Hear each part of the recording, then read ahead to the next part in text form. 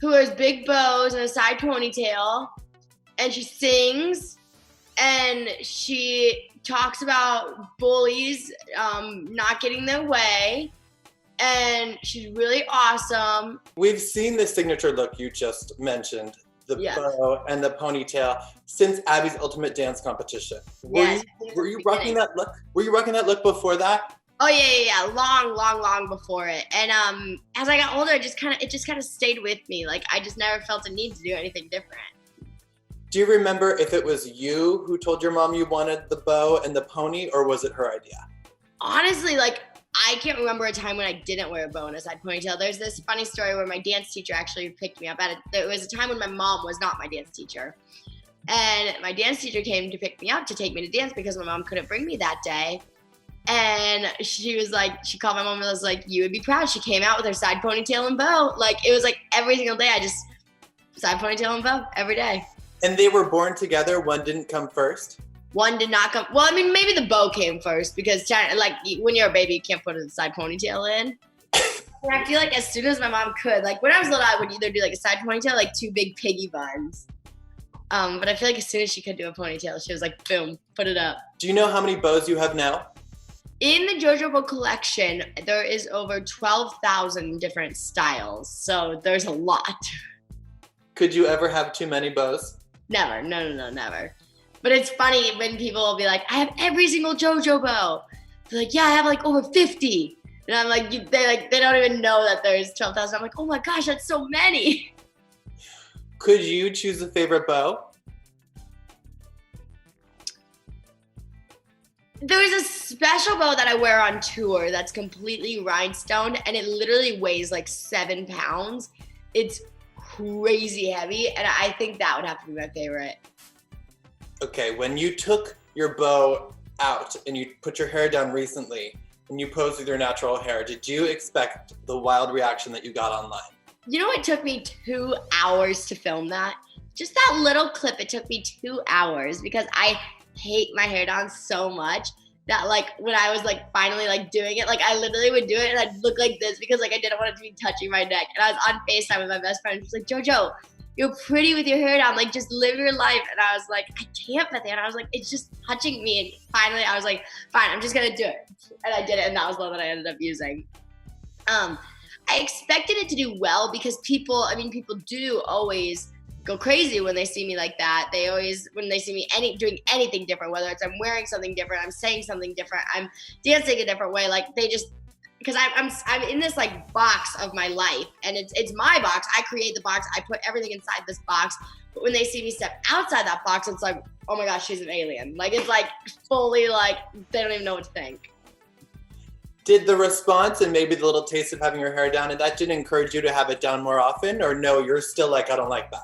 It didn't encourage me to have it down more often. It also though didn't scare me of putting it down because when you've done something for so long, it can be scary to do something different. And so it's not like I was like scared. I don't even know what I was scared of putting it down.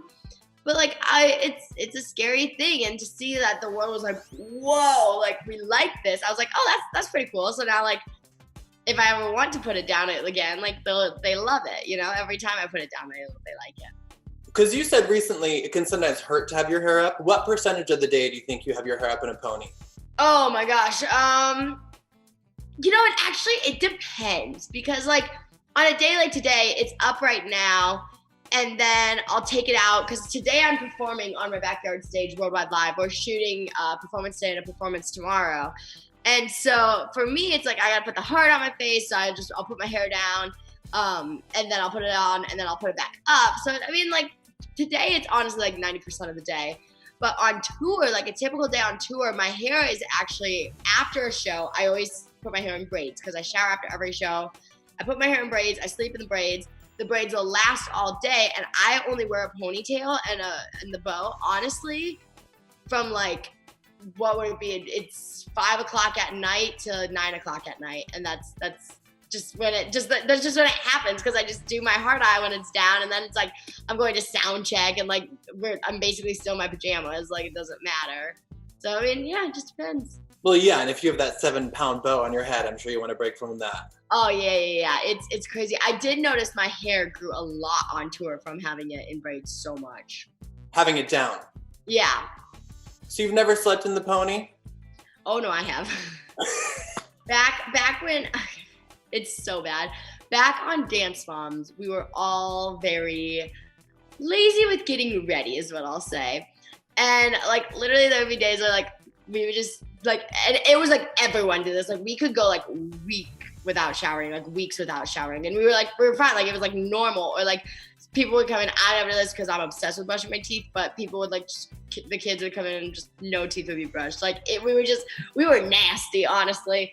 And so like to think back to like those days that I could like go a week without showering. Literally, what I would do is I would put my hair in a ponytail. I'd fall asleep with it in a ponytail. I'd wake up and I would just re-slick it. Like I'd just spray down my wispies and I'd go on with my day. Like I would leave it in for days at a time. So nasty. I like the gag at the end. Yeah. Would you ever dye your hair? Oh yeah. We went on a cruise ship over Christmas, and I didn't realize how hard it was going to be for me to be on a cruise ship because you are so confined, and I couldn't go anywhere or do anything without causing problems. For safety problems for everybody, for my safety and for the whole cruise ship safety. I didn't think that many people would know who I was on the ship, but everybody did. And so I had a bit of a crisis on the cruise ship, and I couldn't do anything except for things at the spa, which seems great until you're out of spa treatments. So we're on a 7-day cruise, and finally on day like 3, I'm like, okay, I have had a mud massage, a seaweed massage, a rock massage, a salt massage, a normal massage, a deep tissue massage, a Swedish massage. I was like, I have done everything. I was like, I gotta do something else. And they're like, well, we do hair. So I went in and I was like, dye it. I was like, I like bright colors, dye it. And they dyed my whole head pink. Whole head pink. Wow. And the reason really why no one saw it is because that's like when I got back is when we went to Australia, and it was always covered by the ponytail that I put in. I put in an extra hairpiece for tour. Then after that is when I did Masked Singer. So I was always under a mask, and no one ever saw it. Okay, but if there was a dream color you could dye it, what color would that be? Oh, rainbow. I have it like this, like how it's like a rainbow ombre. Oh, I would love that. But there's not like a color you would love to dye that you're nervous to, like you would never go black or you would never go like red. No, I mean like I don't care. Like, oh, I want to dye my hair blue. Okay, like let's do it. Like I'm not afraid of that. I just don't think I would want to. The cruise ship scarred me. It really did.